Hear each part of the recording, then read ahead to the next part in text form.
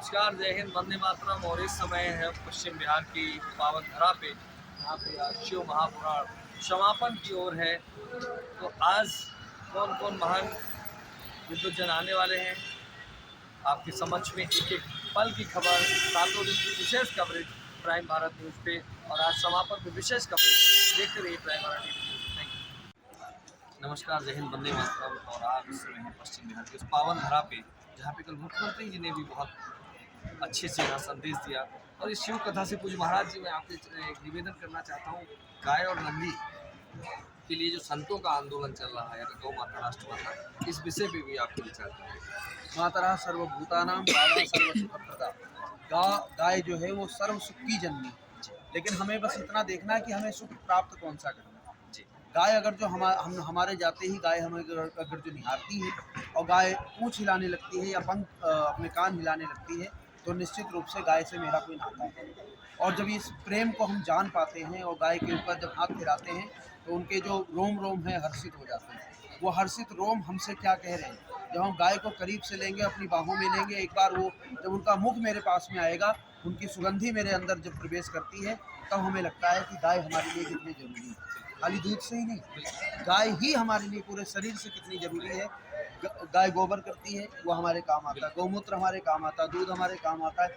गाय जहाँ बैठती है वो ऑक्सीजन हमारे काम आती है।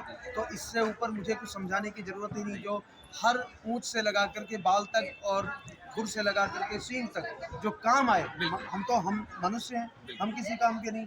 हमारा ना हमारी विष्ठा ना काम आ सकती, ना हमारी खाल काम आ सकती, ना हमारे बाल काम आते हैं। कोई काम हमारे शरीर का कोई काम तो आता नहीं, लेकिन फिर भी हम अपने आप को शहंशाह समझते हैं।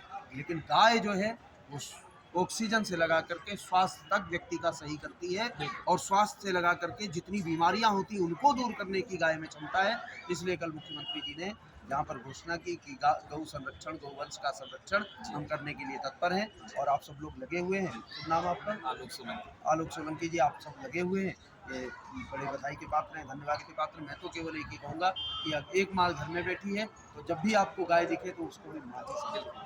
स्वामी ने साफ निर्देश दिया, पंच तत्व जो हमारा है, पंचगव्य से कैसे ठीक हो सकता है।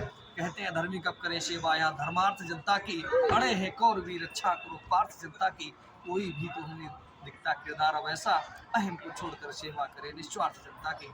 तो जनता के साथ जब गाय माता जुड़ी है, जो गौ माता राष्ट्र माता का अभियान है, सरकार की और क्या केंद्र सरकार के लिए क्या अपील करना चाहिए? सरकार को गाय और नंदी बहुत इस समय सरकार को एक सूत्र में कह देना चाहिए। जब सरकार ने ही तो कहा था ना कि पाकिस्तान से अगर जो कोई भी अटैक हुआ तो पाकिस्तान को तबाह कर देंगे। जी इसी प्रकार से ये कहना चाहिए एक सूत्र में कि गाय पर अगर जो किसी ने अटैक किया तो उसका समूल विनाश कर देंगे। दिल से गाय सुरक्षित हो जाएगी। जब पूरा कोई देश डर सकता है, तो यहाँ के जो देश विरोधी वो भी डरेंगे, गौ विरोधी भी डरेंगे। पूज्य महाराज जी का साफ निर्देश है, हमारी केंद्र सरकार से भी अविलंब गाय को राष्ट्रमाता घोषित करें कि गौ माता इस देश में घूम रही लाचार, सारे पूछ सपूते ये कैसा व्यवहार, हालत जब से गाय की हुई है कमजोर, भारत तब फिर से कह रहा विश्व का सिरमौर। तो भारत को पुनः विश्व का सिरमौर बनाना है, तो हमें गौ माता की रक्षा करनी होगी। पूज्य संतों का जो मांग है उसको अविलंब घोषित करना चाहिए। ये सीधा संदेश आप सुन रहे।